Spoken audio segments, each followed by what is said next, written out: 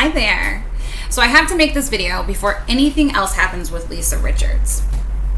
So when I tell you I have been trying to make this video for days now, I actually finally got to make it, did half of it. My husband and my son came home, so I had to stop, do the mom thing. I'm thinking, no problem, I'll just, finish it later. So my husband got me a fancy little laptop for my birthday, and it's an HP with Windows 11 that is stuck in S mode. So I don't get the good editing software that my Chromebook does. It only takes like Windows softwares. So, and they're crap. I tried to look it up, tried to figure out how to get it out of this S mode, can't figure it out. Tried to transfer the video, couldn't do it. It has to be me. I must be missing something. So let me continue, for this whole video is about me making this video. If you don't know me, I am Raquel. I am a recovering addict, and I made a video about my story and Lisa Richards, who is in active addiction. She's on TikTok, begging for money every day. It is a sight to see. But the reason why I wanted to make this video is because just seeing a lot of people asking questions in the comment sections. I've talked to a bunch of people, and I wanted to kind of get some information out there about treatment, the facilities, the ways that you can actually get sober without having to do the intake, the inpatient. I know a lot of people like me who were active, that's not even the right word, that were functioning addicts. For me anyway, it was, I didn't have time. I had a job, I had a son, I have all these things, and I didn't have time. So these things I'll talk about will help with that. Before that though, I want to thank every single one of you who watched my video, and most importantly, the ones who comment. You guys, that means so much to me. You have no idea. I mean, to take the time to watch the video and then take a little more time to comment means more than you know. It doesn't go unseen or unheard. And for those of you who are in recovery, if nobody has told you recently, I am proud of you. I am so damn proud of you. You are doing absolutely amazing. And for those of you who are struggling or have relapsed, listen to me. Relapse is part of it. It's part of your recovery. It's going to happen. It's just the sad reality of it. Some don't, but most do. But just because you've relapsed does not mean that those weeks or days or months don't matter anymore, because they do. It is what you do with that relapse is what matters. You get right back on. Figure out why you relapsed. Was there a trigger, a mood, anything? Figure that out and work on it. And just know there are people who are praying for you. I'm sorry, my little kittens are going crazy. So, okay, where was I? So, I had seen a comment, and this woman had left a comment, I think on, I'm not even sure, but her comment was, addiction is not a disease, it's a choice. I know this because my boyfriend is an addict, and he told me that it's a choice. I got my feelings a little bit, but I had to sit back and put my mindset back to when I was not an addict.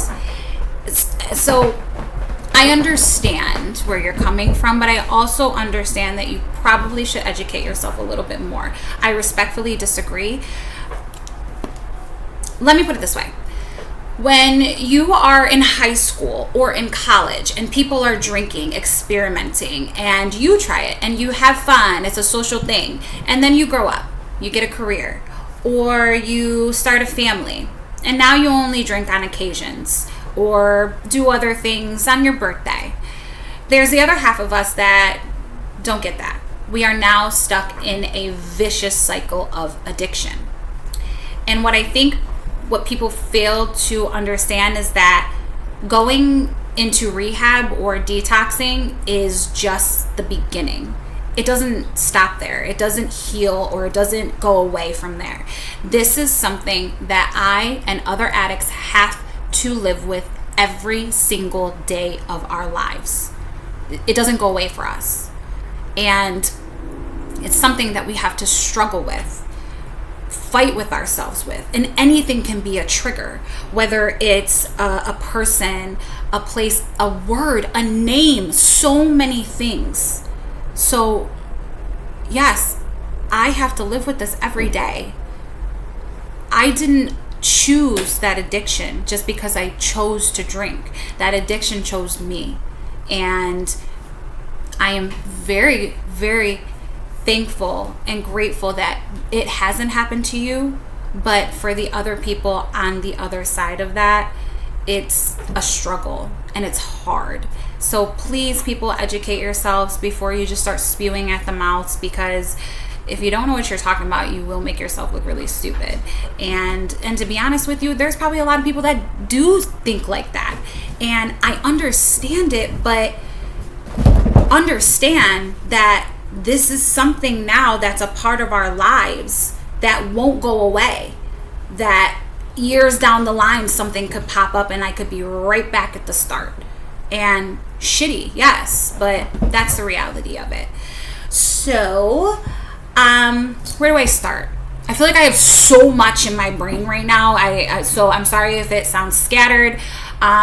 Before I do go on, even though I've already been going on, I am not a professional. Obviously, I'm not a doctor. The things that I am going to talk about are things that I have experienced, that I have researched through my years of addiction, the things I've researched and learned about, talked about with the nurses in rehab, and all of the things. So, okay.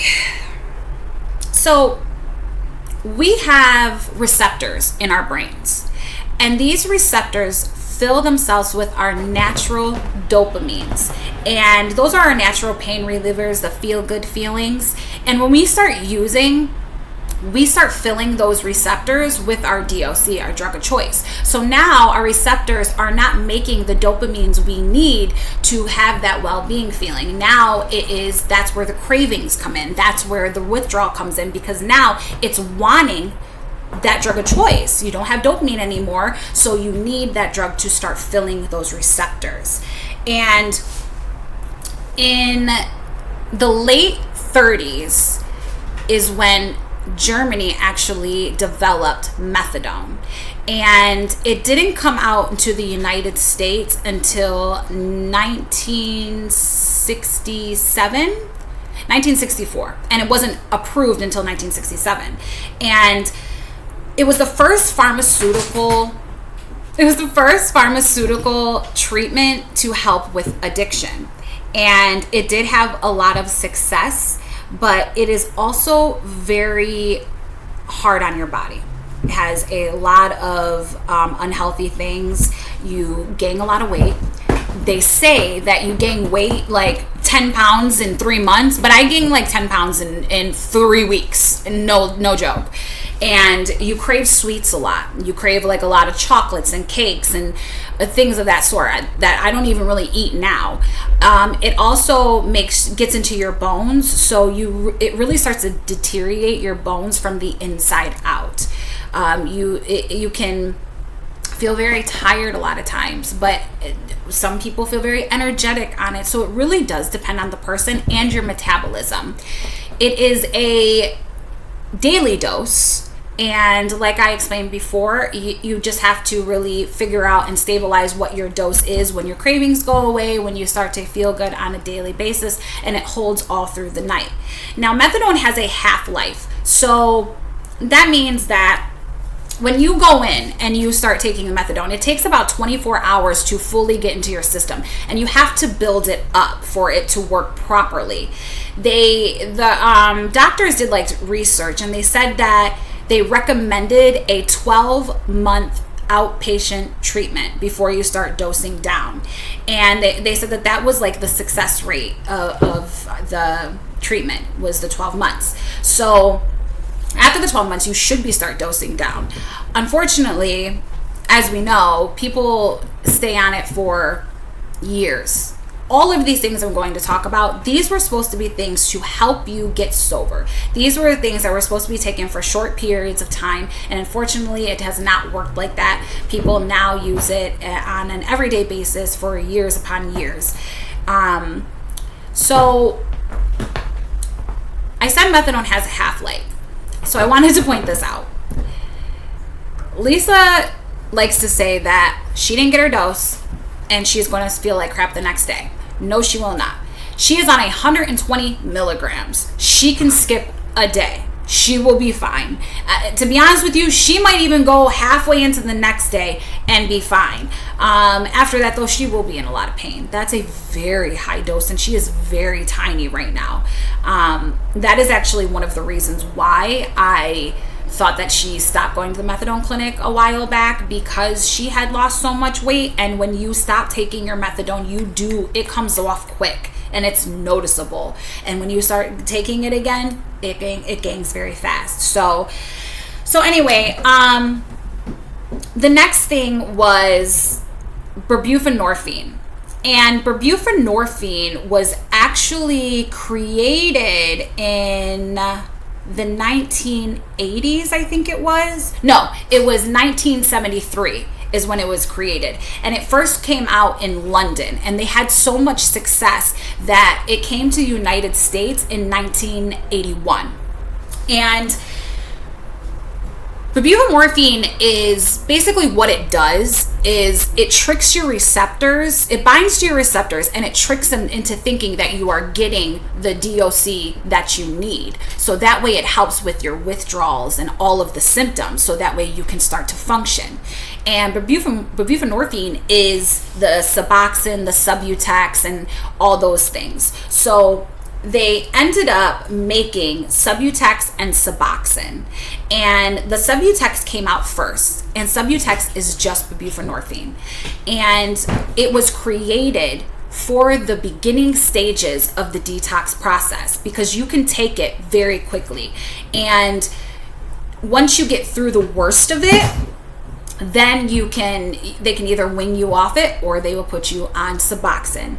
And Suboxone was later came out after the Subutex, because they were seeing that people were still frequently using on the Subutex. So in the 2002 is when they came out with the Suboxone. And Suboxone has buprenorphine in it, but it also has naloxone in it.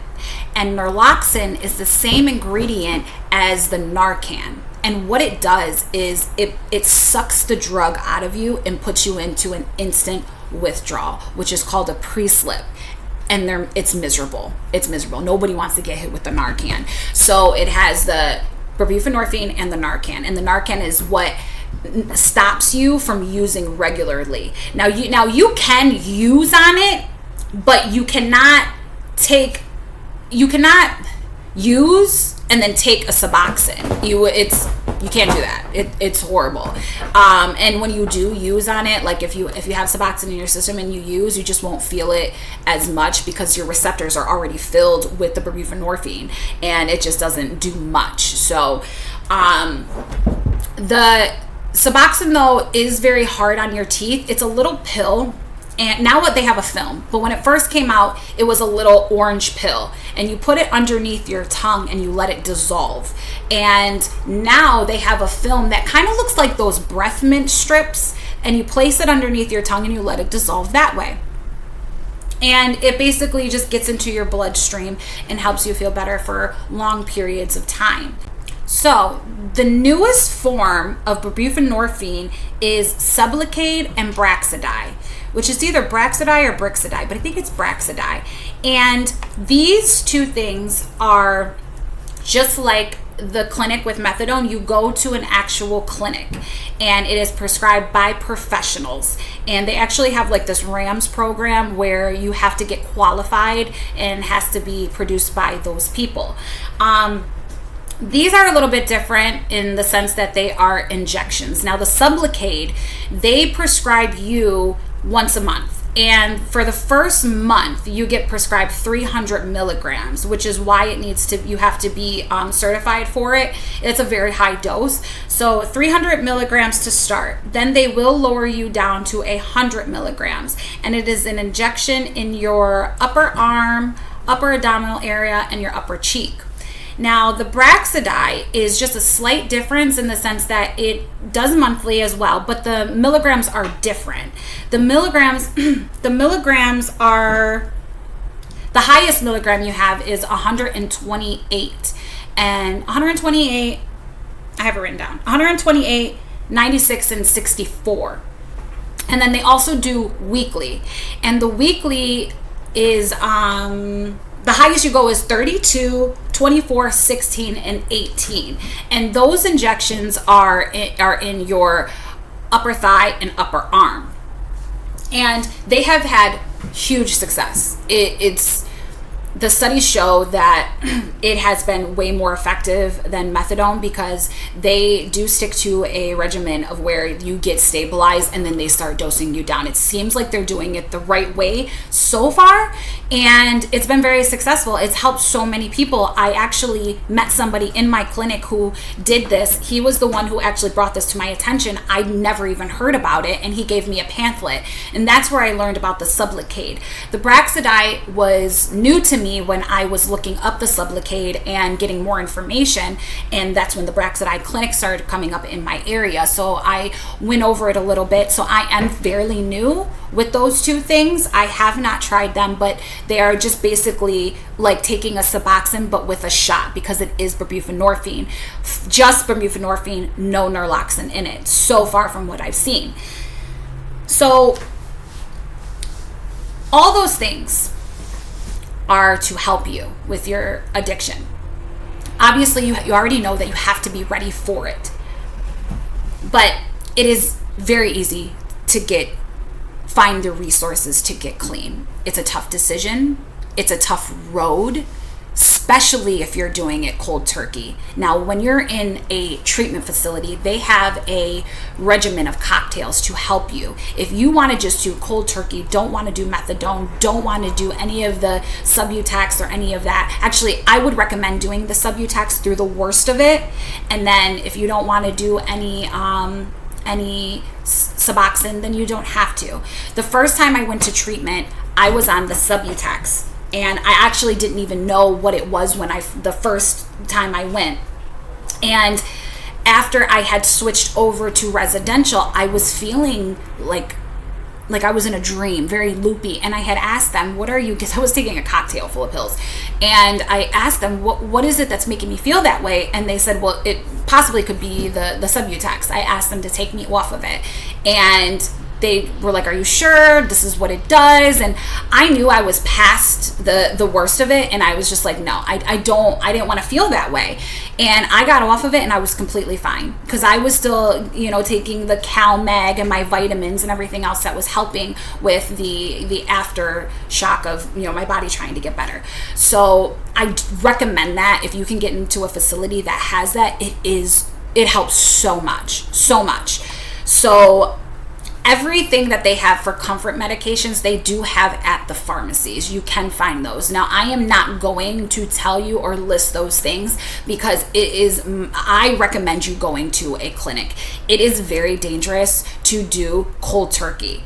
I mean, especially for alcoholics. You can not only put yourself into a seizure, you have to understand that your body is going into shock. You're shocking the shit out of your body, and you need to be under nurses' care. They come around in treatment every 4 hours to check your vitals to make sure you're okay, if your blood sugar is low, if you have anxiety, and they give you all the medications for that. And so I don't want to give those lists of things out. I just prefer for people to go in. Not only that, treatment is very educational. You do learn a lot, and you learn a lot of tools, and it's a start way to figuring out how you're going to live your life outside. And I think it is very important. You meet a lot of amazing people in there, and very, very supportive. To get into treatment is very easy. I just wanted to say that, because I know recently with Lisa, we have heard this before, that she is going to rehab and so on and so forth. But let me tell you, both times that I went to treatment, I called. And normally you have to call a place like Access or Care. And those are the people that are in between that will find out where you are, find the places around you, and get you in there. If you don't have the money to go, which most addicts don't, they will get you a grant. You usually get approved right away. And I called the same day. I got a call back asking me where I wanted to go and getting my information. The next day, I had an assessment. It takes about an hour long to get all your information. After the assessment, they call around and find you a bed. They do that. Once they find you a bed, they tell you, you can come in. Now, I waited 3 days. I waited about 4 or 5 days the first time I went, and I waited 3 days the last time I went. And let me tell you, when they find you a bed, that bed is reserved for you. Now, can things happen? Absolutely. Somebody can get something wrong, but most likely not. If your bed is reserved, your bed is reserved. It's for you. You are now on that list unless you don't show up or you call to say that you changed your mind. Sorry, my dog's drinking water, so if you're wondering what that noise is, I don't even know if you're going to hear it, but so with Lisa saying that, oh, something happened again, and I'm just like, it's disappointing to say the least, because, you know, for somebody who is an addict or helping somebody or has somebody in our life who is an addict, all you really can give is hope and prayers. And I know that's shitty because it's not what a lot of people want to hear, but that's what it is. It's just hoping and wishing and praying for them to finally get it, finally want it, you know. And for Lisa, I've known a lot of Lisas, and I know it may look like she's too far gone, but I promise you she's not. I promise you she's not. I don't know what it's going to take for her. She is very comfortable in her rock bottom right now. She has made herself a little home there with no lights and, you know, nobody else around, but hopefully she will go. I really hope she does. I know she said she was going to go this Wednesday. Didn't happen. So now it's this Friday, and we will see. I don't know what else she's going to do because she is getting evicted. So I will continue talking about Lisa now. For those of you who are not familiar with her, which is probably a lot of my friends and family, Lisa is getting evicted. She owes like, what is it? Like $6,000 in rent. She was on Section 8. She lived there for 4 years. So that tells me she didn't pay rent at all. I personally know people that were on Section 8. The one person I knew, their rent was $8. The other person, $12. I know a lot of people were saying that her rent was $130, and then she said they had raised it and whatever. From what I know is that they normally don't raise it unless something like, for instance, inflation happened, and, you know, they raise some things, but that's a lot of money for Section 8. I could be wrong, though. I don't live in PA. I'm in Michigan, so things are very different. So now her lights are off, have been off. Lisa was in the laundry room, and people started calling the police on her because they were very worried. People, please stop doing this. I understand if you are not familiar with this lifestyle, it is scary. But when you see Lisa nodding out and, you know, talking really slow, this is addiction. She is probably more nodded off camera than she is on, to be quite honest with you. And you heard the cop scanner. You heard them say to write it off. You heard them say just she's not priority. What happens when she is priority? I mean, thank God for that officer, and I really wanted to make this video before she got out because I knew people were going to be so disappointed. I knew people were thinking this was it. But the thing is that she didn't go willingly. She was forced to go. And that, I knew. I was hoping that something would have woke her up because her head would be clear, but unfortunately, we've seen her with her sister, and to be honest with you, I was shocked how she looked. I didn't even recognize her in the back seat. But then, what was it? A couple hours later, she was back online. Now, in my opinion, I think that she is not doing as much as she was. She is a little different, but I definitely think she's using. And when I seen her come online, I honestly thought, oh, okay, she left her sister's house to use before she goes to the clinic, because that's what we do. Everybody has to do the last of what they have or get what they can before they go to the clinic, before they go to rehab. That's an addict's brain. That's what we do. So that's what I thought. I was like, yeah, this isn't surprising. But sadly, she is still in her apartment. I don't even know how. She lost her dog and her cats, and she was trying to get money for Shadow. And I will say that in shelters, and like I said, I'm not in PA, but shelters will ask you for a housing fee. I don't know about hers. I know that everyone is different. Everyone has different prices. Everyone does things differently. But they will ask you for a housing fee. But they put a limit to when you can actually come get your animals. And let's say it's 4 weeks, let's say, or 3 weeks. After you hit that time period, you lose your animals. You no longer own them, and they will start the process of adopting them out. You have to understand that we seen Shadow's nails. The dog was probably all covered in fleas. I mean, the house was so bad that they were telling them to get the hazmats to even go in there. So they probably had to give Shadow shots, probably fix her or him if he wasn't fixed already, grooming, I mean, all of that. So, but I personally thought maybe her parents went and got him and he was staying with, the parents. But, she was asking for money for it. Now, hopefully Lisa does go to rehab. I'm not joking when I say I pray for her every single night to sober up, to go get clean. And when she does, and I hope she does, people, that does not mean let's send her money because we're proud of her. No. She needs to do this on her own. You know how you support her? Great job. You're doing great. You're doing fantastic. You can still support somebody without sending them money. Absolutely. You want to be Lisa's friend? You need to set boundaries. Even now. I know a lot of people are you're sweet. But to be Lisa's friend, you need to be strong enough to be her friend, because you are now in this addiction with her. She will constantly ask you money. She will lie to you. She will backstab you. She will do all of the things, and you need to be mentally prepared for that, because you're going to feel bad and you'll probably give in. And if you cannot stand your ground, then you do not need to speak with her. Lisa getting on here every single day for everyday needs is absolutely ridiculous. And let me tell you, Lisa, which you'll probably never see this, which is fine.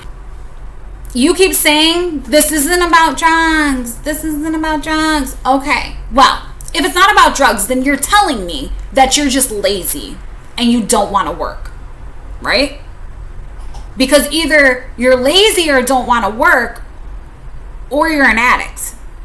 Your lights are off. You're about to be evicted. You don't have your kids. You don't have your animals. There's nobody around you. So it's either or. And both of those things do not grant anybody to send you money. For everyday things, to eat, we know she's not eating, but still. Now, there is a difference between needing help and then supporting you. And that's what your supporters are doing, is supporting you like a child. Why are you rewarding her for this behavior? Because that's what you're doing. You know how children, when they do something bad or talk to you a certain way, you take things away from them, or you put them on punishment or put them in timeout, and some people spank their kids, whatever. You don't reward them, right? You take those things away. So why are you rewarding a grown-ass woman for doing this, for acting like this, for talking the way she does to everybody, to being vile? And I get it. She gets a lot of hate. But she is putting herself on social media. She is doing that. And to sit here and say, oh, if you don't like it, get off my page. Honey, What do you think TikTok was made for? To watch people, to comment and interact. That's literally what it's for. So you can't tell people to get off your page. It doesn't work like that. And for all you people who are supporting this type of behavior is ridiculous, and shame on you. And wake up, people. It's sad that I even have to say this to grown adults. It's mind-blowing. This world is insane. It really is. Everybody has lost their damn mind. Absolutely everybody. I can't even believe that TikTok lets this happen. I seen a girl the other day, no joke, with her head in her lap. People were calling her, trying to get in the box. They're trying to wake her up, and she's out. That, my friends, is when you call the police. When you are unresponsive. Lisa, in the video where she was in the laundry room, was very much alert. And that's the thing. Everyone kept saying, but she was foaming at the mouth. When I seen the video, I honestly went on there and I didn't even think I was on the right video, because I was like, what is this? This can't be the video. It was the video. And she foaming at the mouth. She had white stuff around her mouth. Let me explain to you what that is. When you are smoking, girl, your mouth gets really, really dry. And if you're not drinking water and you're constantly hitting it over and over and over again, you get that film all on your tongue and all in your mouth. And it makes like a noise. And it starts to pile up. She wasn't foaming if she's foaming at the mouth, that means she's down on the ground and unresponsive, because that's when you really foam at the mouth. I know from personal experience, seeing somebody OD many times. They turn purple, their lips turn blue, and not all the time, because it doesn't happen all the time, they will foam at the mouth. But it is literally coming out. It's not just around their mouth. I can promise you that's not what it was. Like I said, I understand if you do not live that lifestyle. If you haven't been through some shit, you might not know. And unfortunately, next time something like that happens, Lisa might not get too lucky, because too many people call and she's completely fine. And that's sad. There were a couple other things I wanted to mention, but I feel like are irrelevant. I even wrote notes down because there was so much going on with Lisa. Something I heard. She got a Instacart or something with 40 lighters and some popsicles. People, lighters. I guarantee you they weren't big. I guarantee you they were the regular see-through ones. You know why? Because you can pop those lids off, turn up the flame, the lighter starts to go down very quickly. She's going through lighters left and right. The popsicles, obviously, most of us know, she burns herself, so she puts popsicles on them. She's burning her fingers. Why? Because she's using a glass pipe. Those glass pipes get super, super hot. Now, I don't understand. There's other things you can use, but maybe that's just what she had access to. I don't know. But yeah, she's holding it and she's turning it so it's burning her fingers. And I mean, I'm sure a lot of us already know that. This was a while ago, but just in case she tries to use it again or you see somebody else using it, she had said that she needed $40 because she had a prescription she needed to fill. And she was 2 days early, so that's why she had to get the money. That don't make sense. That doesn't make sense, because if you are 2 days early, that means that you still have some of your prescription left, right? And if you have some of your prescription left, then you can just take that prescription and wait the 2 days, and Medicaid will pay for your prescription. I think she just thinks and says, oh, that sounds good, and says it. Like, she doesn't even really think about it before she says it. And, you know, some pharmacies won't even, especially if they know you really well, they'll fill your script 2 days early. But if they don't know you're a new customer, they might not do it. And if they do, they want to see your bottle to see that you still have your medication that you're supposed to have. So all pharmacies are different, just like every other business. So, you know, Oh, people were saying something about her dropping at the clinic. They didn't understand why she was dropping dirty and was, completely passing. Well, one, she's prescribed her benzos. So if she's prescribed and she's taking however many she wants, obviously she's not going to drop dirty. So now she can, if she does drop dirty, it takes a while to even get out of the clinic. You got warnings and all that other stuff I explained in my last video. So, but there are ways around it, because you drop weekly. And if you drop on a Monday, you have all those other days to use and then have the weekend to get that out of your system, So there are some ways around it, and she might be doing that. She might not be. But there are cameras in the bathrooms. There's one in the front and there's one in the back. I've seen people try to either bring in urine or even use the sink to fill up their cup, and they got caught every single time. So as far as Lisa sitting on here and saying there's 3K in here right now, there's 3K, there's 4K, and nobody is sending me money. Huh? What? Just because there's that many people on your page does not mean that they have to send you money. And you always say, you don't have to if you don't want to. I don't expect it. But you do. Your actions say differently. You do expect it, because you've been this is years now. I've only been watching you for a couple months, but this is years now. You do expect it. And you expect those 3K, at least most of them, to send you something. And I'm sorry, but your actions and the way you present yourself is so horrific. I really don't understand why anybody sends you money. And that whole, you just wait. Wait for what? For you to jump back online to get on and start begging again? To jump back online and start crying? Do what? What are you going to do? You're not going to do a damn thing. You're not going to do nothing but what you're doing. I mean, let's really be honest here. I mean, seriously.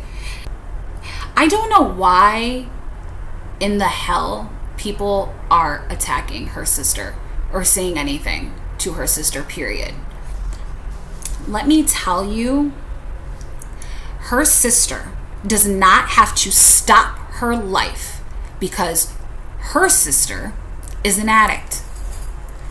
Her sister is choosing to stay in her addiction. That is a choice. To stay in your addiction is a choice. They tell you in Al-Anon meetings, in rehab, that you need to take yourself out of the situation. You need to set boundaries, and you need to continue to live your life. And that is hard. That is hard for a lot of family members, and a lot of family members can't do it. Do you think we've only been watching her for years? Some of us years, some of us months. But this started way before that. When she first started using, don't you think her sister and her family tried everything? Because I can promise you they did. And to sit here and put that on her sister, that is foul. Nobody can go in there and force Lisa to do anything. You just seen her get dragged away and put in a 203, and what did she do? She ran back home. Ma'am, if you're so worried about it, take your ass to PA. Why don't you try to help? Because nothing's gonna work. Doesn't matter what you say. And you attacking her sister does nothing. Those words and those is nothing. You're wasting your time. But I know that her family and her sister, they didn't waste no time, and they said that they are there. They're there. She is the one that is not including herself in their lives. She can't be trusted. So this attacking her sister, you're ignorant as hell. They're already going through so much right now. And to be honest with you, we know a lot because her sister tells us. She doesn't have to. And Lisa's the one who puts herself out here. I know every family is different. Not every family is built like mine. And yes, if that was my sister, I would have took my ass out there and dragged her out. Would have helped? Probably not. I've got into it with my sister. I've called her out on shit. She's called me out on shit. You're going to do what you want to do. So I really think that people need to start thinking before you comment, especially in a situation that is this serious and you have no idea what you're talking about. Because I can tell that the people that are commenting are people that either never been in addiction and hasn't tried to help somebody or had somebody close to them in addiction. Because those people know. And if you're really that invested, go to an Al-Anon meeting. Do some research about it and see what they tell you how to deal with an addict. You'll see that she's doing exactly what she's supposed to be doing. And this, I've seen people talk about how Victoria, how they could not believe that she called the clinic. Like, oh my God. Why wouldn't she? It's not a HIPAA violation. Now, if the clinic even told her that Lisa went to that clinic, that's a HIPAA violation. But if Veronica knows something or feels something, why shouldn't Lisa be held accountable for double dosing? I mean, I don't understand. People are so worried about her. Well, double dosing 120 milligrams, that is concern. And to see people say, how dare her, she shouldn't have called. The fuck she shouldn't. Those clinics want to know about that. You want to know why? Because if something happened to Lisa where she OD'd and they seen empty methadone bottles, those methadone is prescribed by a real doctor. And if they went to her clinic and they seen that she's been dropping dirty or hasn't been showing up or whatever, they will be investigated. These clinics are government funded. They need to know about these things. And this is going to be an unpopular opinion, so it's really, really good that I don't speak to please people. I don't know much about Victoria. I just found her along the way with Lisa, right? And it's really disappointing. It's really disappointing seeing people still come at her. I know that she was an addict, but I also know that she is trying to put her life together, just like me. And if people were still holding my past against me, that's hard. And you're lucky that she is in the point of her sobriety where she can be strong enough to deal with that. Because to have people throw it in your face. These awareness channels, that's what they're for, to bring awareness. And all of them, we care about them, we're trying to help. And for the most part, there are some genuine ones out there. But for someone who actually fixed their lives, she's still getting attacked. I don't care if you like her or not. It's what she's doing now. And I don't want to hear, oh, well, you haven't seen, you're right. I haven't seen her videos, and I'm not going to go looking for it because that doesn't matter anymore. That matters, and all the shit she did, she is trying to make up for it, and she doesn't owe any single one of you anything or any explanation. Who she does owe is the people that she's hurt in her real life. Those are the people that she should be building those bridges back up. That's who she needs to be working good for. I mean, the audacity of you guys continuing to attack her. What? Isn't that the goal? So she gets better and betters her life. And then I see people talking about, well, I have my kids, do you? Are you fucking kidding me right now? Really? Like, you have no idea how hard this whole situation is on somebody on top of losing their kids. They know they were a piece of shit. They know they were a fucking shitty person and did horrible stuff. They don't need you to remind them. They're reminded on a daily basis, on top of fighting and struggling with themselves to keep pushing on. And I seen this one lady talk about how I seen this one lady talk about how she got her kids taken away, but she got them back. Like it's a flex? Good for you, you got them back. But why did they take them in the first place? Because you disciplined them? Well, how hard did you discipline them? Because I know plenty of people that had CPS come to their house. They came around, looked in, talked to kids, and left. And you're using it like a gotcha moment. The moral high ground on social media is wild. You guys have more morals on social media than you do in your real life. Because I can promise you, most of you would not walk up to an addict and say this crap to them while they're getting better, while they're trying to better themselves. Say that shit in front of their family and their face all at once. I guarantee you ain't gonna say it to me and my family, standing all with me. We don't play like that. We support people who are bettering their lives. We are all for that. I am for a come up story. They have already been through the worst, and did they hurt people along the way? Yes. And that is something that they have to live with and deal with now sober. Shame on all of you.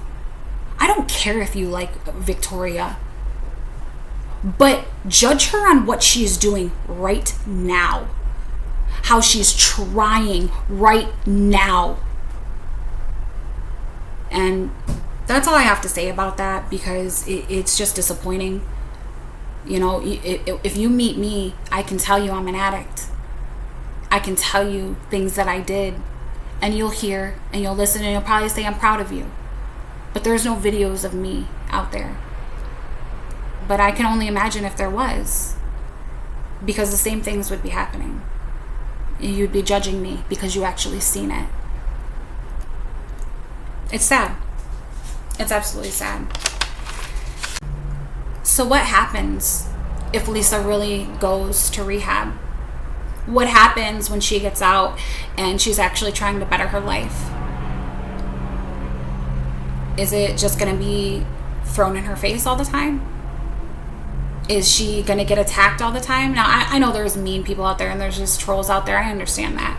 But these awareness channels and people who say they care and actually try to help, if that's what, to be honest with you, I hope when she gets sober, if she gets sober, I pray she does, I hope she never gets back online ever again. I mean, chances are very low, but I really hope she doesn't. We don't need to know anything. She can come on and say, hey, I'm doing good, and then jump right back off. Because I really don't wish this kind of backlash on somebody who is trying to better themselves. I really don't. So I think that is it. If you got this far all the way to the end, I know I talk a lot, so thank you very much. I don't know if or when I'll do another video. I have some ideas. If anybody has any questions or want to know anything or anything like that, I did put my email in the description on my page. So I'll just have to wait and see if something comes up. So thank you so much, guys. I really appreciate you. I hope you learned something in this video, and please try to be supportive. Please think before you comment on things. We all go through things, not just addicts or people in recovery. We all do. We've all been in bad places, and please treat people the way you want to be treated. Please. I'm not the type of person that you have to earn respect. I give respect to everybody until they show me otherwise. If I don't know you, how are you gonna earn my respect, right? I just think that's silly. And I think everybody should be treated with respect until you take it away, right? So I hope you guys have a great rest of your day, evening, and night. And hopefully I will see you soon. Have a good one, guys.